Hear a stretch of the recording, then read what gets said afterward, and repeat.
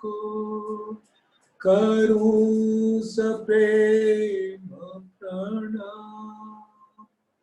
अशुभ हरन मंगल करन धनीश देव चंद्र जी नाम।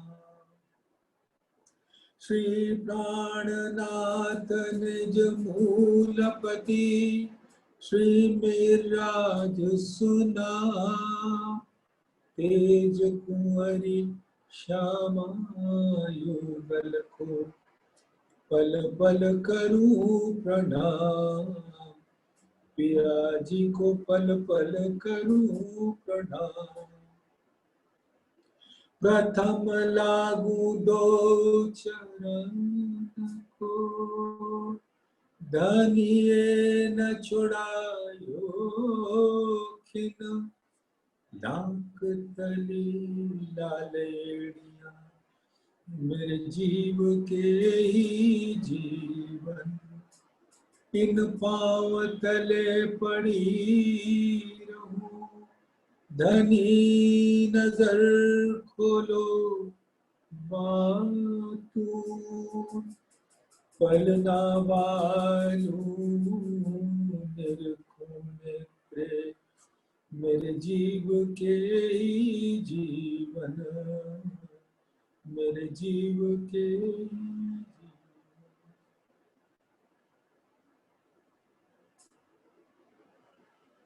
धामधनी अक्षरातीत के परम प्यारे लाडले सुंदर साथ जी, आपके कोमल चरणों में मेरी आत्मिक हृदय का सलाम सिजदा कबूल कीजिए। प्रणाम जी। धामधनी की असीम अनुकंपा, मेहर और नूर की बारिश इस ब्रह्मांड में चुने हुए ब्रह्म सृष्टियों के ऊपर इस प्रकार से बरस रही है कि हम सब उसमें झील कर अपने मूल स्वरूप में पहुंच जाते हैं। तो आप सोचेंगे कि इस ब्रह्मांड में बारिश क्या थोड़ी थोड़ी जगह पे होती है? जहां जहां ब्रह्म सृष्टि है उसके ऊपर होती है। और उनको पहचानता कौन है? सुंदर साथ, ये ऐसा ब्रह्मांड है जहां तारतम ज्ञान आने के बाद नूर तारतम की बारिश तो पूरे ब्रह्मांड पर हो रही है।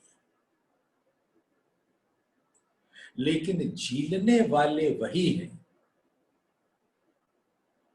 जो मानो उनके पास न घर है, न छतरी है, यतीम है, फकीर है, न वस्त्र है, न घर है, न छतरी है।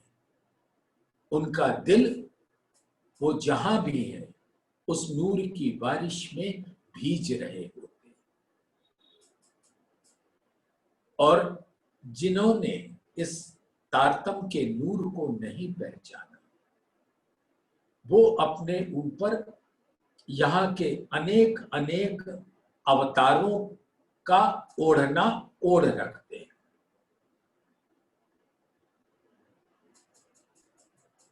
धर्म के ज्ञान को ओढ़ रखते हैं। ऐसे ऐसे पंथ पैढ़ों की छतरी लगाए घूमते हैं। और उन सब छतरी के ऊपर सबसे बड़ी छतरी उनके ऊपर होती है उनके ये मस्तिष्क, जिसके अंदर दज्जाल बैठा होता है, इब्लीस बैठा होता है। और ऐसी सपने की बुद्धि से उसके अहंकार को इतना बढ़ा देता है, इतना बढ़ा देता है कि वो ऐसी छतरी आ जाती है कि सोना भी बरस रहा हो, प्रेम की बारिश हो रही, नूर की बारिश हो रही, मेहर की बारिश हो रही हो, उन सब से वो अपने आप को बचा लेते हैं, क्योंकि ये माया है। तो जो जो सुंदर साथ उस नूर की बारिश में सदैव झीलता है, उसका अंकुर है परम धाम में। और वो इस वाणी के वचनों को सुनकर बस मानो दिल उसका मूर्छित रहता है धाम धनी के चरणों में। अब मूर्छित के मतलब ये नहीं है कि बेसुध होता है, यानी फना होता है, कुर्बान होता है। अब उसको धाम धनी के चरणों के अलावे कुछ और दिखता नहीं। अब ये चरण मत छुड़ाना धनी, ऐसे उसके दिल में बात बनी रहती है। तो वो सुंदर सात कौन है, उनके लक्षण क्या है, वो कलश हिंदुस्तानी के 11वें प्रकरण सुहागनियों के लक्षण।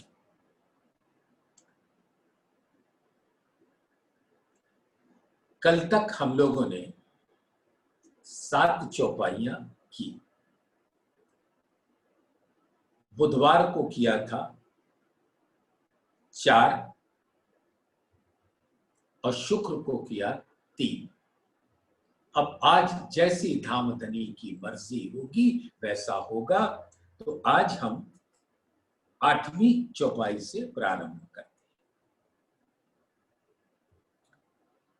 वस्तुतः 7वीं और 8वीं आपस में मिली हुई बात है, इसलिए 7वीं को एक बार दोहराना तो अवश्य पड़ेगा। सुहागिन कौन? वो खोजे अपने आप को और खोजे अपनों घर और खोजे अपने खसम को और खोजे दिन आखिर। सबसे पहले इस जागने के ब्रह्मांड में जब श्यामा जी अपनी रूहों के साथ पधारी और उन्होंने बहुत खोज किया,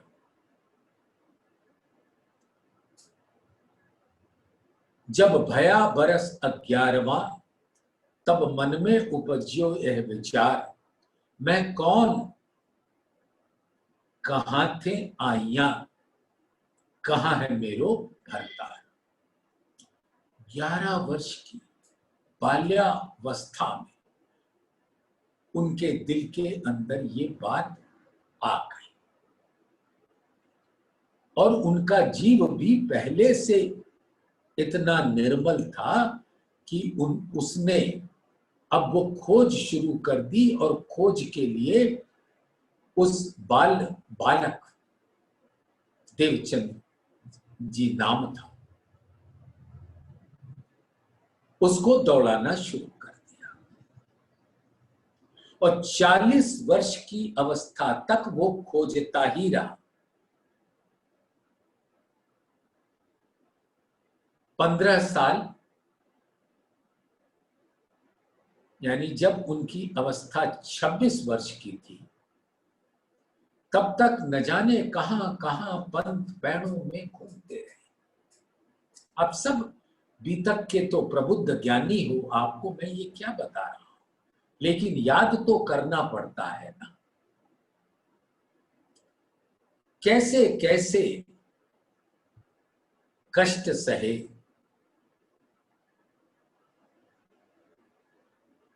कैसे उन्होंने खोज किया,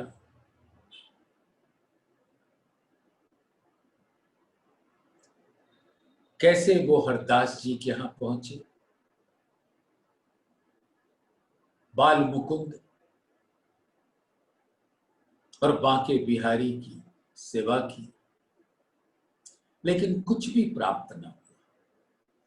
तो 26 वर्ष की अवस्था में जामनगर पहुंचे और 14 वर्ष, ये 15 वर्ष के बाद 14 वर्ष और गुजारे। बड़ी तपस्या की कि श्याम जी के मंदिर में कान्हजी भट्ट से वो भागवत सुनते रहे। भागवत सुनने के बाद उनके दिल में कुछ सुकून आता था। वो इसलिए आता था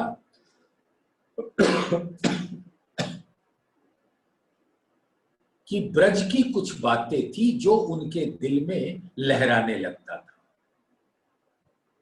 उनको कुछ याद सताने लगती थी। रास की पंचाध्यायी 29 अध्याय से लेकर 33 अध्याय तक रास की बातें होती थी तो कुछ याद आने लगता था। इसलिए उनका दिल श्रीमद् भागवत पुराण में लगता था। और ये सुनते सुनते सुनते जब 40 वर्ष की अवस्था हुई, तब धामधनी ने दिल में लिया कि अब मैं अपने दिल के स्वरूप श्यामा जी को दीदार दे दूं। 29 वर्ष तपस्या के बहुत कठिन बिताए उन्होंने। हमसे तो 6 महीने नहीं बीतते, 29 दिन नहीं बीतते, उन्होंने 29 वर्ष बिताए। क्यों? अपनी रूहों के खातिर। और ये जितनी तपस्या की, ये हम सब सुंदर साथ के लिए सिखापन है। लेना है तो ले लो और नहीं तो धामधनी की मर्जी। फिर श्याम जी के मंदिर में चर्चा चल रही। कान्हजी भट्ट बड़े प्यार से चर्चा सुना रहे, सब सुन रहे, लेकिन देवचंद्र जी बैठे बैठे धामधनी के स्वरूप का दीदार कर रहे थे और उनकी मेहर भरी नजर उन पर पड़ी तो उनके दिल का इल्म सागर लहराता हुआ उनके दिल में पहुंच गया, लेकिन एक राइडर के साथ कि तुम इतना ही खोलोगे इस तन से, बाकी मैं खुद इंद्रावती के तन में बैठकर खोलूंगा और उस तन में तुम भी होगे और हम जुगल स्वरूप के जैसे विराजमान होंगे। तुम्हारे इस तन में भी मैं आकर बैठूंगा, तुम तो हो ही, तो जुगल स्वरूप तुम्हारे तन में भी और फिर इंद्रावती के तन में भी रहेंगे। और फिर उन्होंने ये मूल 4 प्रश्न पूछे। तू कौन, आई इत क्यों कर, कहाँ है तेरा वतन, नार तू कौन खसम की, दृढ़ कर कहो वचन। अब जो सबसे पहले इस ब्रह्मांड में धामधनी ने अपने परम धाम के श्रृंगार में सजकर, उस नूरी श्रृंगार में जब श्यामा जी को, जो देवचंद्र जी के कलेवर में विराजमान थी, उनके दिल के नयन जब निहार रहे थे और दिल ही दिल के बीच में बात हो रही थी, तो कोई और नहीं सुन रहा था, क्योंकि इस दुनिया में तो सब अज्ञानी है, बेसुध है। जैसे मूल मिलावे में हम सबको फरामोश कर रखा था, अक्षर की आत्म से और धामधनी के बीच में बातें हो रही थी, हम में से किसी ने नहीं सुना, ना श्यामा जी ने सुना, हम बेसुध। लेकिन हमारा अंकुर तो धाम का है। यहां पर इतने जीव सृष्टि बैठे सुन रहे थे, लेकिन जो धामधनी और श्यामा जी में बातें हो रही थी, किसी को सुनाई नहीं पड़ रहा था। वो तो भागवत सुनने में या अपने घर की बातों को सोचने में मगन थे।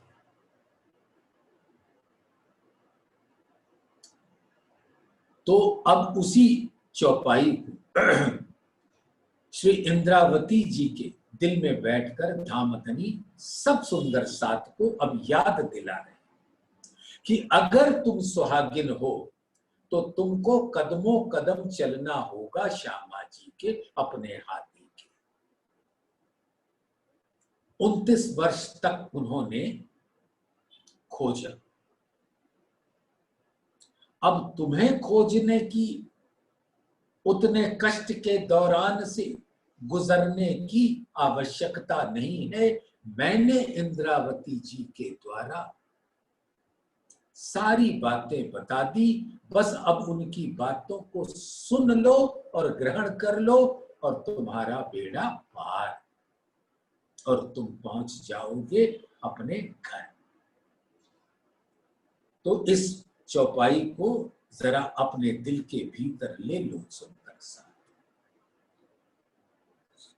सुहागिन के लक्षण क्या है? सुहागिन यानी धामधनी की अंगना, जिसका श्रृंगार है, जिसका सिंदूर है इश्क। धामधनी का स्वरूप ही इश्क है और उसकी मांग में वही इश्क का सिंदूर लगा हुआ है, और उसके अंग अंग धामधनी के अंग के जैसे इश्क के सागर हैं, और उसका नूरी श्रृंगार इश्क के रस से भरा हुआ होता है। तो वो सुहागिन नार कहलाती है, जिसके मुख पर नूर की आभा होती है। उसका मुख देदीप्यमान रहता है धामधनी के दिल के गुणों से। जैसा धामधनी का मुखारबिंद, वैसा ही मुखारबिंद सब। तो ऐसी सुहागिन नार का इस ब्रह्मांड में लक्षण है। वो हम नहीं बता रहे, कोई किसी को बताने की औकात भी नहीं है, वो तो सिर्फ हमारे प्राण प्रीतम ही बताएंगे। और क्या जीव सृष्टियों को बता रहे हैं कि मेरी सुहागिन ऐसी होगी? ना, वो सुंदर साथ को बता रहे हैं कि तुम इन वचनों से पहचानना कि तुम सुहागिन नार परम धाम में हो या नहीं। और ये पहले बता चुके हैं कि जो परम धाम में सुहागिन नार होती है, वो इस ब्रह्मांड में विरहीन नार होती है। तो विरह की श्रृंगार क्या तुमने इस संसार में सजाया है अपने आप को? परम धाम में इश्क का श्रृंगार, इश्क का सिंदूर, यहां पर विरह का श्रृंगार और विरह का सिंदूर। और विरह में हमारे प्राण प्रीतम बसते हैं। विरहणी नार के दिल में प्राण प्रीतम के अलावे कोई और होता है क्या? जैसे परम धाम में हमारे मूल तनों के दिल में धामधनी को छोड़कर दूजा कोई नहीं होता, तभी तो वो सुहागिन नार कहलाती है और इस ब्रह्मांड में विरहीन नार, क्योंकि हमारे अंतस में विरह की अग्नि धधकती रहती है, और वही हमारा श्रृंगार है। जैसे शुद्ध स्वर्ण जब 16.5 बार इस संसार में वो धातु तपाया जाता है तो उसका रंग पीले से लाल हो जाता है। परम धाम में ये दो रंगों का ख्याल करो सुंदर सा। पीला रंग एक दिली का रंग है, वहदत का रंग, और परम धाम में हर चीज वाहिदत का स्वरूप है। और उन वाहिदत, हक की वाहिदत, और तो कोई है नहीं बिना एक हक जात, जात माए हक वाहिदत, हक हादी गिरो कहना। जो कछु चीज अर्स में सो सब वाहे दत्त के माहे, जरा एक वाहे दत्त बिना सो तो कछुए नाहे। तो वो जो आत्माएं हैं उनका दिल एक है, तन एक है, इसलिए वो क्षीर सागर को दर्शाती है जिसका रंग पीला होता है, स्वर्ण का रंग। लेकिन इस संसार में जो आत्माएं आई उनका रंग भी है तो पीला, लेकिन जब तक वो विरह की अग्नि में तपाए नहीं जाते वो प्रेम की लालिमा नहीं आती। तो जैसे वो शुद्ध स्वर्ण पीले रंग का विरह की अग्नि में जलकर तपकर कंचन जो लाल रंग का होता है, थंब कंचन अति लाल रंग। अब आप सोना को ही 16.5 बार यहां तपाया जाता है, उसका रंग लाल हो जाता है। अरे लोहे को भी तपाओगे विरह में कि अग्नि में, चलो विरह बाद में बात करते हैं, अग्नि में लोहे को तपाओगे तो उसका रंग भी लाल हो जाता है। आप सबने देखा है लोहे को, एक लोहार जब आग में डालकर तपाता है तो उसका रंग लाल होता है, तब उस पर हथौड़ी मारता है और उसका एक उपयोग योग्य वस्तु बन जाती है।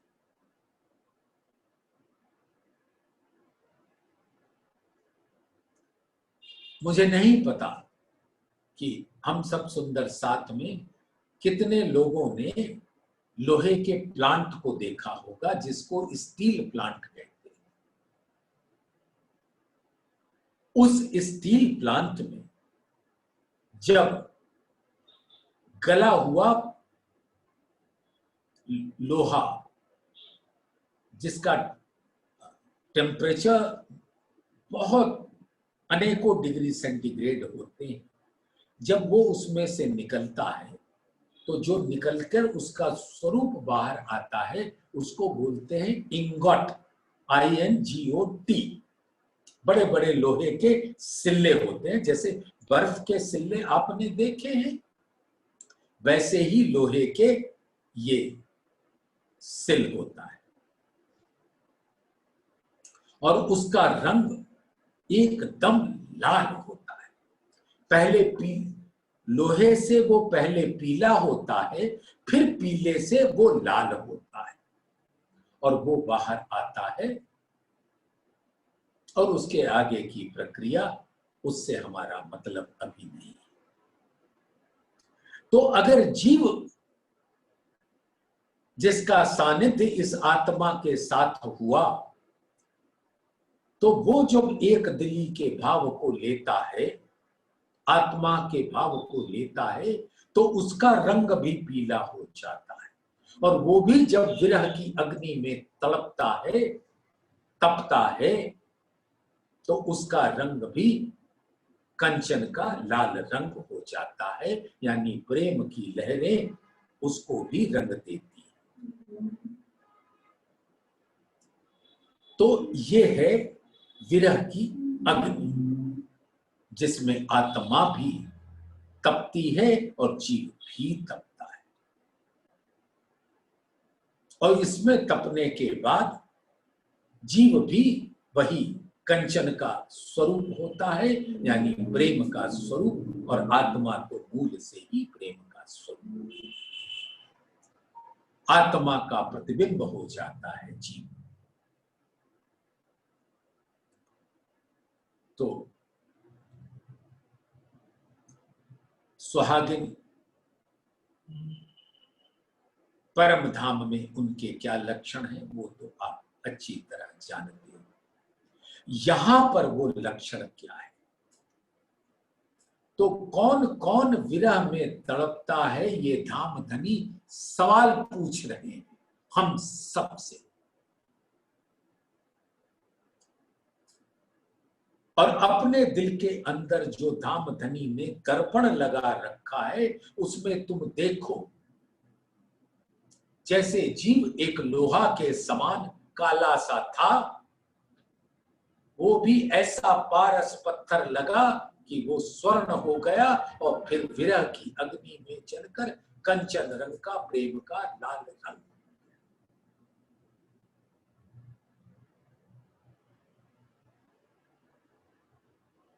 लाली मेरे लाल की जित देखूं तित लाल, लाली देखन मैं चली मैं भी हो गई लाल। जब वाणी के द्वारा जीव ने भी सुना तो वो भी चली, तो वो भी हो गई लाल। आत्मा तो पहले से लाल है। तो ये सवाल पूछ रहे हैं हम सब सुंदर साथ से हमारे प्राण प्रीतम अक्षरातीत, कि जो दर्पण मैंने इल्म रूपी दर्पण तुम्हें दिया है, उसमें तुम अपने स्वरूप को, जीव भी अपने स्वरूप को देखे और आत्मा भी अपने स्वरूप को देखे। अगर जीव पाता है कि उसके अंदर अब लालिमा आ गई, कई जीव देखेंगे कि अभी तो पीला रंग है, कई जीव देखेंगे अभी तो वो वैसे ही काले हैं। पारस पत्थर होता है, वो काले सड़े हुए लोहे पर भी लगा दो तो वो शुद्ध सोना हो जाता, फिर उसको अग्नि में तपा दो तो वो लाल हो जाता। तो धामधनी के ये वचन पारस है, दर्पण है, और धामधनी हमको उठा उठा के पूछ रहे हैं कि दर्पण में, मेरे इल्म में तुमने अपना स्वरूप देखा तो कैसा देखा। तो ओ खोजे अपने आप को और खोजे अपनों घर, तू कौन आई इत क्यों कर, कहाँ है तेरा वतन नार, तू कौन खसम की दृढ़ कर कहो वचन। वो जो श्यामा जी को प्रश्न पूछे थे वो जवाब नहीं दे पाए। ये हम लोगों ने इसी कलश हिंदुस्तानी के शुरू के कई प्रकरण में, जब धामधनी ने वो सवाल पूछे तो श्यामा जी कुछ उत्तर नहीं दे पाई, बस इतना कहा कि अपने मत माफक मैं आपको इस ब्रह्मांड के बारे में बताती हूँ। धामधनी ने ये थोड़ी पूछा था कि मेरे को ब्रह्मांड बताओ, लेकिन इसके अलावे कुछ आता नहीं था। भागवत से उन्हें कुछ नहीं मिला था तो बताते, लेकिन जानते हो सुंदर साथ, श्यामा जी ने धामधनी से उनके इन प्रश्नों का उत्तर उलझा उलझा के देने का प्रयास किया। ये ब्रह्मांड ऐसा है, माया ऐसी है, ये ऐसा है। जानते हो क्यों ऐसा जवाब दे रहे थे? वो तो सीधे सीधे ये भी कह सकते थे कि धनी हमें कुछ नहीं पता, अब जो बताना है आप बताओ। लेकिन वो धामधनी का दीदार कर रहे थे, और कौन चाहेगा कि अपने प्राण प्रीतम से कुछ प्रेम भरी बातें ना करें। वो चाहे बातें उल जलूल हो, उसका कोई भी औचित्य ना हो, लेकिन बात करने का और उनका पढ़ उत्तर सुनने का जो सुख होता है, वो कोई सुहागिन नार छोड़ना नहीं चाहती। इसलिए श्यामा जी भी बातें कर रही। अब आप सबसे सवाल पूछा जा रहा है, वही सवाल जो श्यामा जी से पूछा था उनके 29 वर्ष की तपस्या के बाद। और हमने 0 तपस्या की।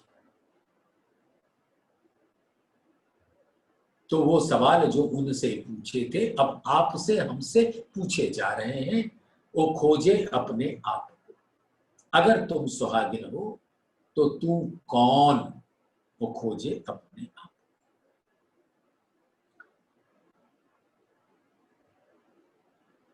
और खोजे अपनों घर, कहां है तेरा वतन। और खोजे अपने खसम, तू नार कौन खसम की। और खोजे दिन,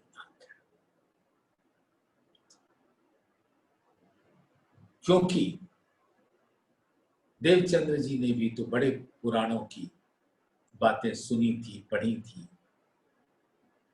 उसमें तो था ना कि 28वें कलयुग में धामधनी अपनी रूहों के साथ आएंगे।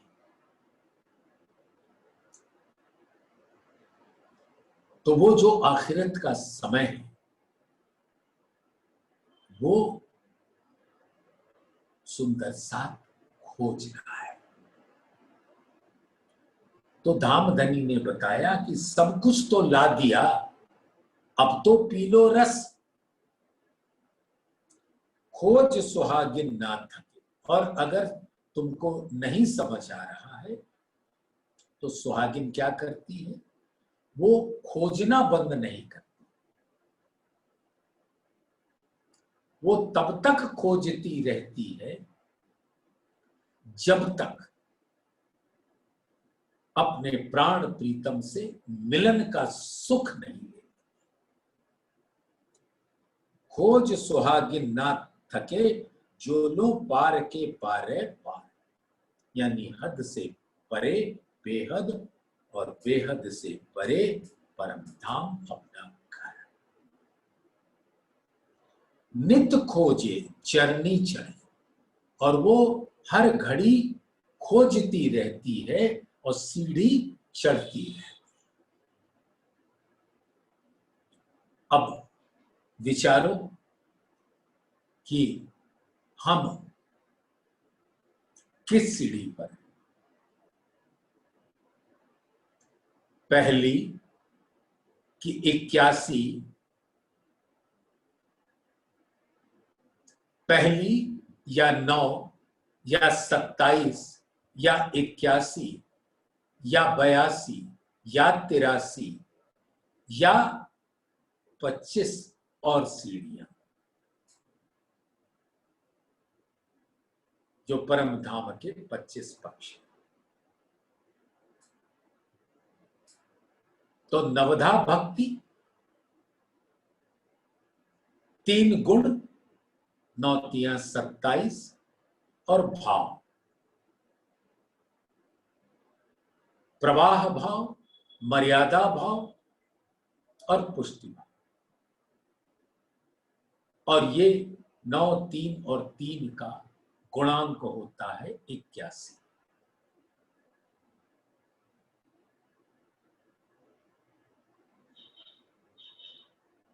बयासी और 83 जो वल्लभाचार्य और सुखदेव के।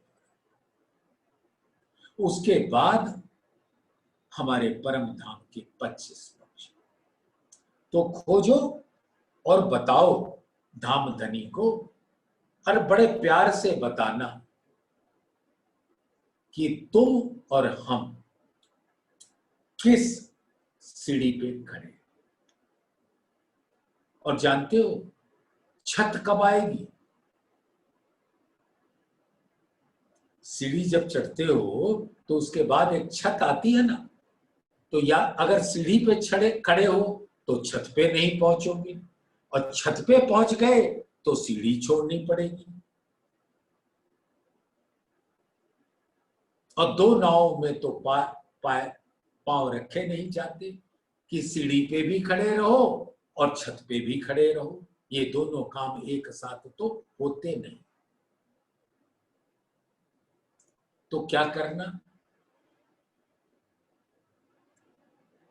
सीढ़ी छोड़नी पड़ेगी। ये परम धाम के जो 25 पक्ष हैं वो हकीकत के स्वरूप हैं, और जो छत है वो मार्फत का स्वरूप है, दामदनी का दिल का स्वरूप।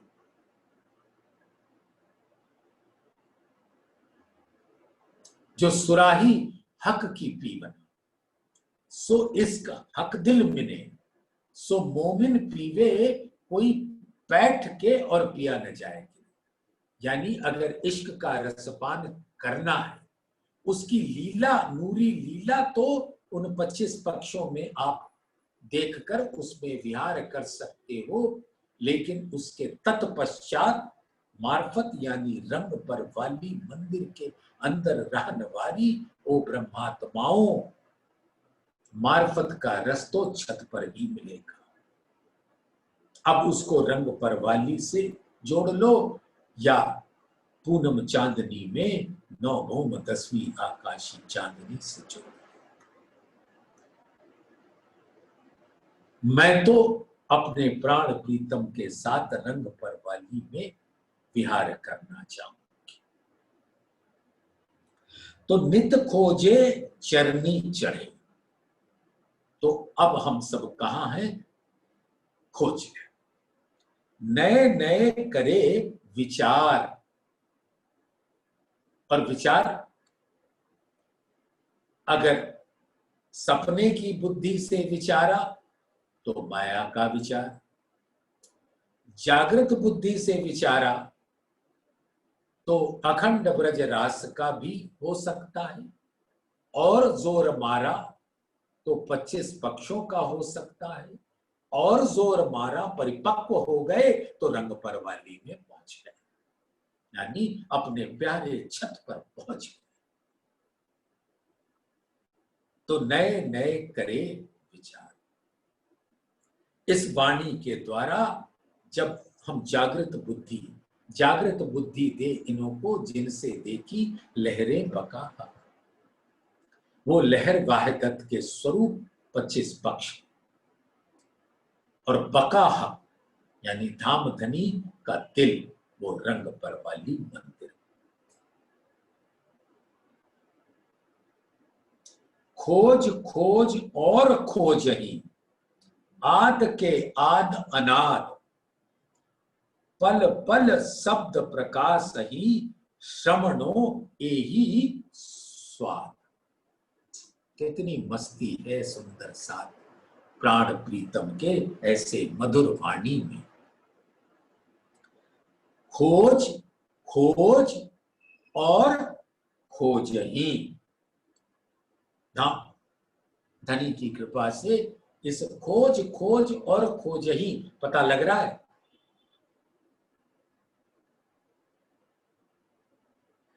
पहले 83 की खोज,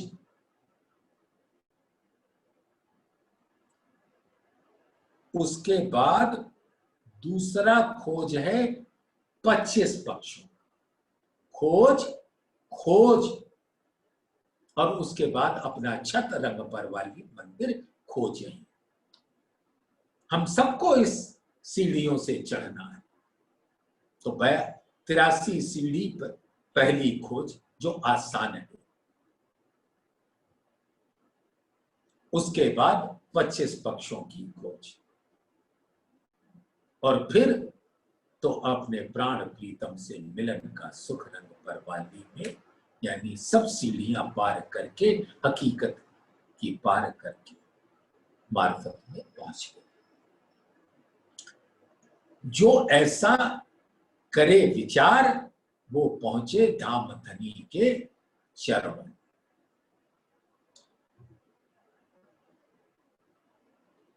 तो खोज खोज और खोज ही, आद के आद अनाद। ये जो आद आद और अनाद है, ये वही है, यहां की हकीकत और उसकी हकीकत, और फिर उसकी मार्फत, और फिर उसकी मार्फत। ये कई दिनों से बात आ रही है। तो पहला आद है ये 83, दूसरा आद है योग माया का ब्रह्मांड। और अनाद जो है वो तो अपना परम धाम है, वही हकीकत का स्वरूप है, मार्फत का स्वरूप है। पल पल शब्द प्रकाश ही श्रवणो यही स्वाद। अब जब धाम धनी की सुंदर वाणी हो हमारे दिल में, वो हमारे दिल को रोशन करता है, तो हर घड़ी हर पल हम उसी प्रकाश में बैठकर अपने प्राण प्रीतम का स्वरूप निहारते हैं। और श्रवणों यही स्वाद। और जब कोई भी मेरे प्राण प्रीतम की बात सुनाता है, उन 25 पक्षों हकीकत की बात सुनाता है, मूल मिलावे में विराजमान मेरे प्राण प्रीतम के जुगल स्वरूप के नक्शे शिख तक के श्रृंगार को सुनाता है, और फिर रंग पर वाली की बातें सुनाता है, तो बस अब ये श्रवण आत्मा के इसके अलावे कोई और बात सुनना नहीं चाहते।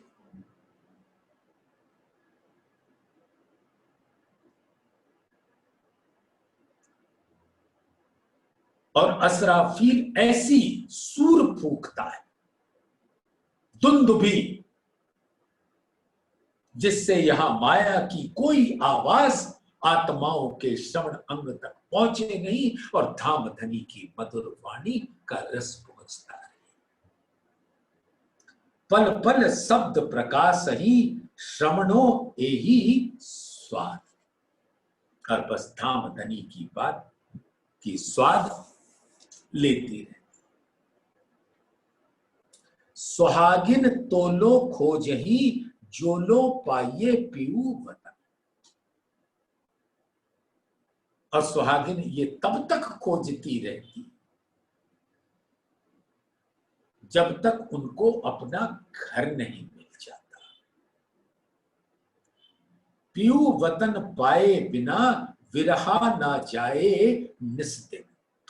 वो विरह की अग्नि तो अंतस में, हमारे रोम रोम में धधकती है,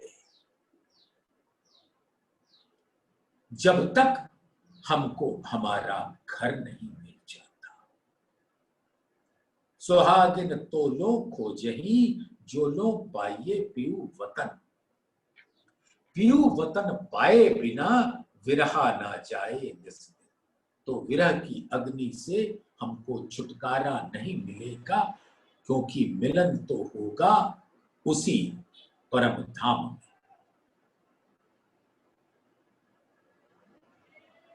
और धाम धनी ने बड़े प्यार से हम रूहों को एक सरल सुगम सहज मार्ग बता दिया।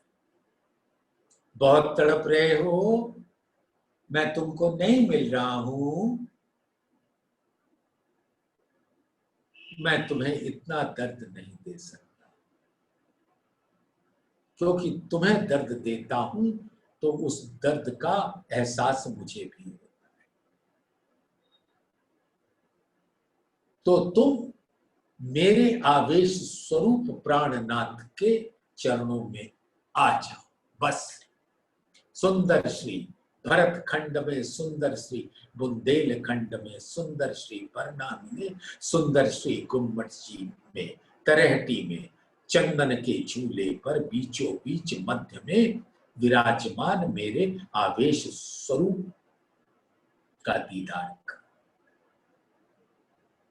अगर वहां भी दीदार तुम्हारी सुरता से भी ना हो पाए, तो उसी स्वरूप के दिल में जो बीज तारतम का मैंने बोया था, वो अब उगकर एक सुंदर वृक्ष का रूप धारण कर लिया मेरे हुक्म से। हुक्म इलम खेल एक है। इसी खेल में धाम धनी ने अपने हुक्म से इल्म का वो वृक्ष, सघन वृक्ष खड़ा कर दिया, जिसकी सुंदर डालियां, सुंदर सुंदर पत्ते, सुंदर सुंदर फूल और सुंदर सुंदर मीठे अमृत के रस से भरे हुए फल। बस अपनी आंचल को फैला दो। झोली को फैलाते हैं भिखारी, और आंचल फैलाते हैं पत्नियां। तो पत्नी होकर जाओ और आंचल फैला दो कि धाम धनी मैं आ गई, अब इसके अंदर जो देना है दे दो। तुम जो दोगे वो अमृत का रस होगा मेरे लिए। तो धाम धनी 14 फल एक साथ डाल दे। और कभी क्या करते हैं, एक ही फल डालते और एक फल के ही अंदर 14 फलों के रस घोल देते हैं। वो एक फल श्री कुंजम स्वरूप है, जिसके अंदर 14 फलों का अमृत रस भरा। रास प्रकाश कटविधि, कलश सनंद खुलासा, किरंतन खिलवत परिक्रमा सागर सिनगार सिंधी, मार्फत कयामत ना।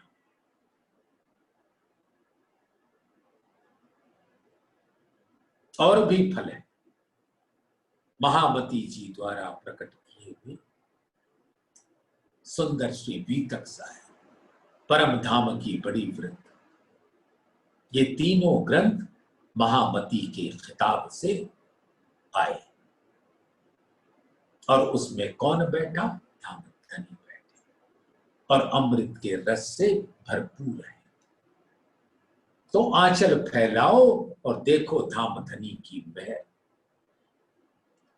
और जो ये कर पाता है, सुहागिन के लक्षण पे खरा उतरता है।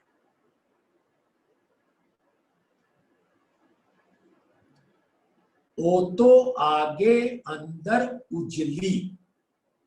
अब ये आत्मा का मूल स्वरूप बता रहे।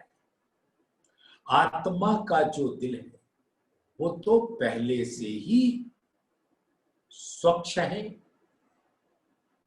कंचन का शुद्ध प्रेम का स्वरूप है। क्योंकि आत्मा के दिल में तो मैं धाम से ही विराजता हूं और उसके दिल को अर्श करता हूं। वो तो आगे अंदर उजली, वो तो पहले से उजली है। खिन खिन होत उजास, मैंने आपको बताया था ना, सुंदर सा याद करो। हफ्सा में जब धाम धनी ने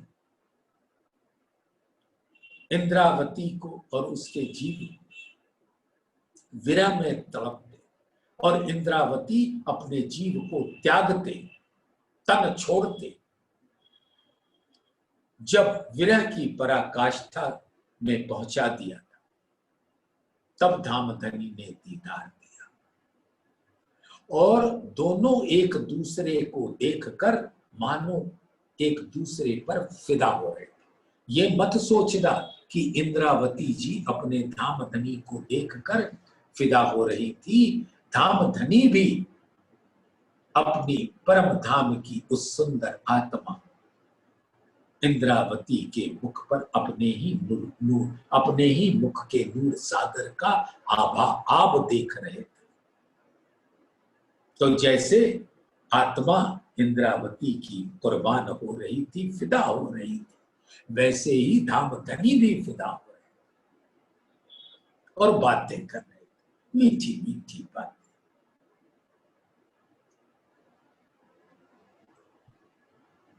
तो धाम धनी ने जब अपनी मेहर भरी नजर इंद्रावती के नैनों में डाला, तो धाम धनी के दिल के अंदर विराजमान मेहर सागर के अंदर अनंत सागरों का समूह इल्म के सागर के संग उस मेहर भरी नजर से सीधा इंद्रावती के नैनों से होते हुए उनके दिल में आ गया और पूरा इल्म सागर की लहरें उनके अंदर समा गई। वो तो आगे अंदर उजली, वो तो सिर्फ देखा और पहुंच गया। जैसे परम धाम में नहीं होता, ये रूहों ने दिल में लिया कि आज नीले रंग का आम खाऊं, तो नजर उठाई अमृत वन पे, तो वहां नीले नीले आम टंगे हैं, क्योंकि धामधनी ने वो पहले दिल में लिया, फिर हमारे दिल में उपजा, और फिर नजर देखी तो आम रूपी भी आत्माएं हैं, उन सब का रंग अमृत वन के वृक्षों पर नीले रंग हो गए। जो धामधनी चाहे, तो धामधनी ने तो पहले इंद्रावती के दिल को पूर्ण प्रकाश में ला दिया, खिनखिन होत उजास। लेकिन जो उसका नूर तारतम के तारतम का प्रकटीकरण हुआ, वो आहिस्ता आहिस्ता हुआ, क्योंकि यहाँ आत्माएं जिन जीवों पर बैठी हैं वो एक संग लेने के अभी योग्य बनी नहीं, तो पहले उनको उस योग्य बनाना होगा। तो वो तो आगे अंदर उजली खिनखिन होत उजास, देह भरोसा ना करे पिया मिलन की आस। अब तो सुहागिन नार को अपने इस तन का भरोसा न रहा, ना जाने कब आती जाती श्वास संग छोड़ दे। तो अब उसको अपने पिया के मिलन की जो आशा है वो उसको नहीं छोड़ना चाहती, समझ रही है कि ये तन तो कभी भी छूट सकता है, लेकिन अब वो आस बधा दी कि अगर तेरी ये आस तेरे दिल के अंदर कायम रही और तू सुहागिन नार के लक्षण पे खरी उतरी, तो तन मिल जाए पांचों मिले, पांचों में रूह अपनी असल छोड़े नाहे, और तुम प्राणनाथ के चरणों में पहुंच जाओगे। विचार विचार विचारही वेदे सकल संधान, रोम रोम ताए भेदही सत शब्द के बाण। ये तारतम ज्ञान की जो वाणी प्रकट हो रही है, ये धामधनी के दिल से प्रकट हो रही है, इसीलिए ये परम सत्य की वाणी है। और जिन आत्माओं के रोम रोम में ये वाणी बस जाती है, तो उनका एक ही कार्य रहता है, विचार विचार विचार। हर घड़ी हर पल अपने प्राण प्रीतम के 25 पक्षों को निहारती रहती है, उसमें स्वलीला अद्वैत को निहारती रहती है, और फिर रंग परवाली में प्राण प्रीतम से अरस परस हो जाती है। और बेधे सकल संधान, उनके अंग अंग ये पिया की वाणी की गूंज मानो भाले के जैसे लगती है, उसके अंगों के संग संग को में वो भाले चुभ रहे, दिल में भाले चुभ रहे वाणी की। पार वतन के शब्द अंग में जो निकसे फूट, गलित गात सब भीगल पिया शब्दे होए टूक टूक। ये पार वतन के शब्द हैं, यानी धामधनी के दिल से प्रकट हुए। और जो इंद्रावती के अब अंगों से प्रकट हो रहा है, वो जो भी सुहागिन नार है उन वचनों को लेगी, तो उसके हर अंग से अब सिर्फ वाणी फूटेगी। जैसे कोई ऐसी विरहीन नार हो जो अब श्वास भी नहीं ले पा रही, तो उसको चोट मारो तो उस चोट से बस एक ही शब्द निकलेगा, धाम धनी। प्राण प्रीतम मेरे खावन।